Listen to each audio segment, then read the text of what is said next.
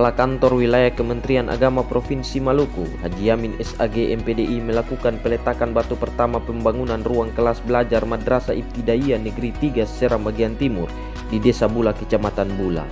Peletakan batu pertama yang juga secara simbolis dilakukan untuk pembangunan ruang kelas belajar Madrasah Aliyah Negeri 3 Seram Bagian Timur di Desa Namalean, Kecamatan Pulau Gorom, merupakan salah satu agenda dari rangkaian kunjungan Kepala Kantor Wilayah Kementerian Agama Provinsi Maluku di Kota Bula, Kabupaten Seram Bagian Timur, Rabu kemarin.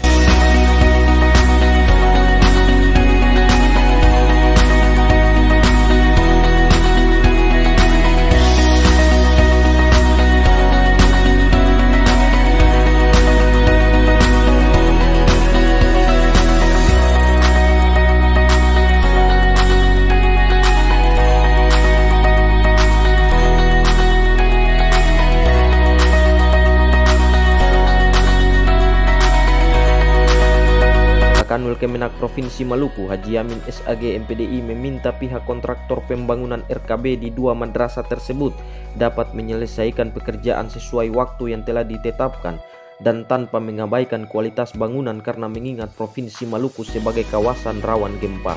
Pelaksana atau kontraktor yang profesional, artinya bekerja sesuai dengan baseline yang telah ditetapkan. Kita kerja cepat, mengejar cepat, tetapi jangan abaikan mutu dan kualitas. Jangan sampai kita mau kerja cepat supaya dinilai, oh kontraktor ini kerja cepat, tetapi nantinya mutu tidak bagus. Artinya kalau ketemu kore dan tangan begini, terus pasir-pasir gugur. Atau nanti pada batas tiang, pada batas dinding dengan rim balok, itu tidak cukup, tidak sampai. Nah seperti itu sebenarnya jangan. Dengan alasan aja, ini nanti kalau pelafon tutuplah seberapa dia, tidak boleh. Ya. Jaga kualitas. Kemudian yang ketiga, setiap perubahan tolonglah berkonsultasi dengan perencanaan dan pengawas, sehingga memang ketika ada perubahan CCO ataupun Andedu itu harus melalui proses, harus ada yang bertanggung jawab. Minimal dalam proses Adendum itu harus dilakukan oleh semua pihak. Jangan kontraktor mau saja rubah begini tanpa ada persetujuan dari pengawasan. Nantinya ketika ada temuan, nanti siapa yang bertanggung jawab? Karena ini pengelolaan uang negara. Nah, kemudian ketika ada nanti penyalahgunaan dari proses pelaksanaan ini sudah barang tentu pasti akan menjadi tanggung jawab kedua belah pihak. Selama itu mengarah kepada ketentuan yang sesuai, itu tidak jadi masalah.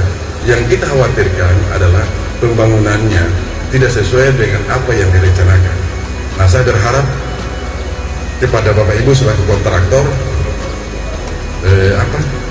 tunjukkanlah prestasi Anda pada wilayah ini.